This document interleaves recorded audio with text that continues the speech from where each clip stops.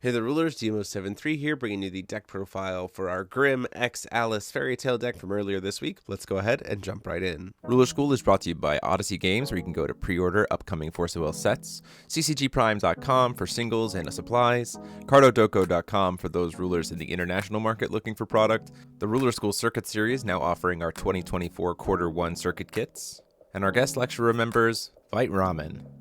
Class is in session.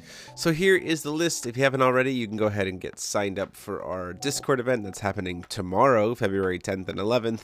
We hope to see you there. It's our first quarterly kit, and hopefully you can compete and try to win yourself one of the exclusive Raya mats. So Grimm X Alice, a lot of fairy tales. This is a little bit tweaked from what we were playing after kind of understanding that opening of a fairy tale works differently than I thought it did, and just to kind of add a little bit more flexibility to the deck that I experienced in playtesting. So Grimm X Alice, Grimm doing the wonderful job of adding a ton of flexibility to this deck, which also then serves to boost up Alice Friends in Wonderlands because we're shuffling all the time. And just a reminder, this 10-6 on this is just flavor. It doesn't do anything. It's just flavor because of the whole 10-6 hat size card that's usually in a lot of artworks for Mad Hatters. So just keep that in mind. And then Alice Wonderland, we're just flipping this girl every single turn if we can. It's very easy to be able to continuously flip her because we're shuffling so much because of Grimm and because of Pilgriming Remnant, or Pilgriming in Wonderland, to be able to just shuffle the deck a ton.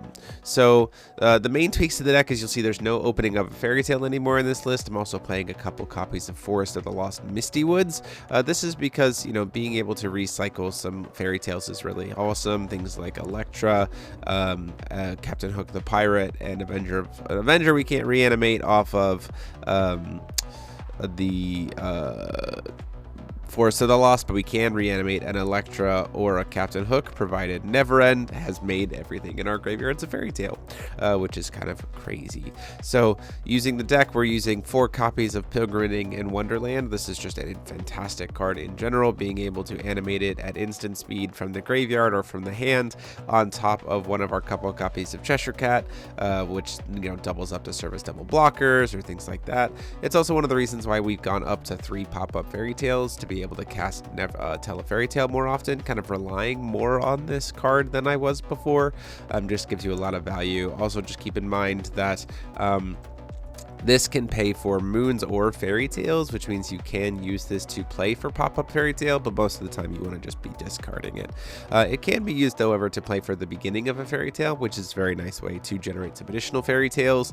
And then when they both die, you just get to go get a tell a fairy tale cast from the deck. So it's a lot of just kind of flexibility. You're really hitting instant speed tell a fairy tales to provide some good value, and then kind of control engine from there, or mid-range engine from there, and then eventually just sitting on a couple of Neverends. You know, it's really easy to get to 10 fairy tales in this deck, which means that Neverends are just these 1-drop 15/15s that provide Eternal to the board.